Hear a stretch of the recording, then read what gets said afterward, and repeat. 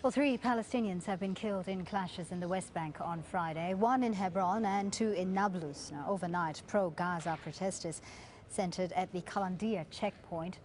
At least 2 people died. Well, let's speak now to Sharif Nashashibi. He is a Middle East analyst and joins us live now from London. Sharif, thank you for joining us again today. And we had expected some sort of discussion of a ceasefire or an announcement of a ceasefire at least 2 hours ago. It hasn't happened as yet.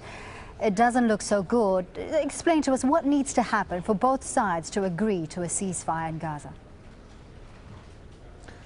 Well, I think that the delay certainly shows the difficulty in terms of formulating an agreement that would be acceptable to both sides. But I have to say the drafts that I've seen reported by the media do not bode well. Now, we can't say yet how accurately the finalized agreement will reflect the draft, but certainly the draft is based on 3 main points, all of which are problematic.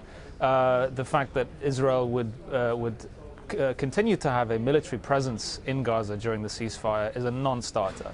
And then the negotiating process would be mediated by Egypt, which is hostile to Hamas, so it would be difficult to see how it could be a mediator accepted and trusted by both sides. And then the issue of lifting the Gaza blockade. We don't know how far this draft is going to deal with this issue, whether there will be an implementation process, and whether there will be any punitive measures if Israel refuses to lift the blockade, as it has consistently said it would do. It wouldn't do. So it is fraught with problems, and it's difficult to see how it's going to how Kerry and Ban Ki-moon are going to overcome these major pitfalls. Let's take a look at both sides, though, Sharif. Now, Hamas has lost support in its usual allies, Iran, and the Muslim Brotherhood in Cairo is virtually non-existent. Now, Hamas is also financially weaker this time round. Can they afford not to get on board a ceasefire? Well, they're in a very tough situation because they are regionally weaker. And it would be very difficult for them to get better terms, particularly not just from Israel, but particularly because the mediators such as the US and Egypt are certainly not on good terms with Hamas. The US won't even speak to them. So that is certainly a problem. But on the other hand, if Hamas comes out of this accepting a ceasefire that really they have nothing to show to the Palestinian people of any tangible benefit, then this would severely undermine their legitimacy and authority at home. And this is probably a bigger concern for Hamas than any regional issues. It has to come out of this with something to show for it. And unfortunately, so far, the ceasefire proposals we've seen fall well short of anything that could be shown as some kind of tangible benefit to the Palestinian people and certainly to the people of Gaza. Right. That being the case then, Sharif, do you think Israel wants a ceasefire?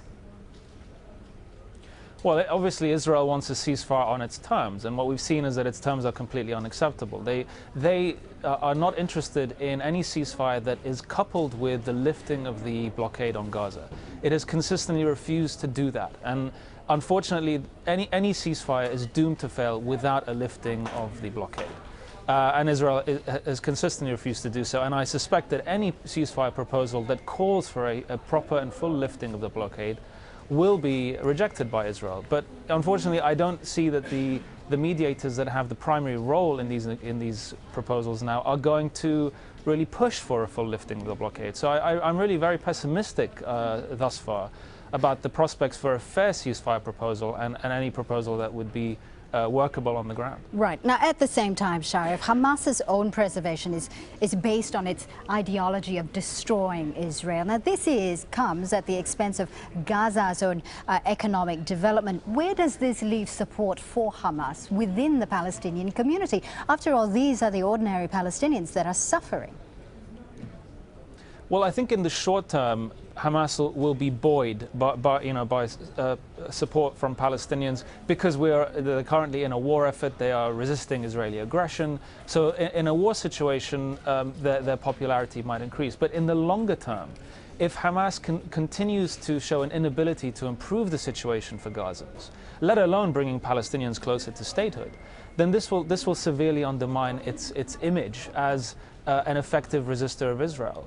And this is something it has to bear in mind, that any popularity it might gain from the current conflict, it will be short-lived unless it has longer-term tangible benefits for the Palestinian people. Sharif, thank you very much for your insight. Sharif Nashashibi there, Middle East analyst, speaking to us from London.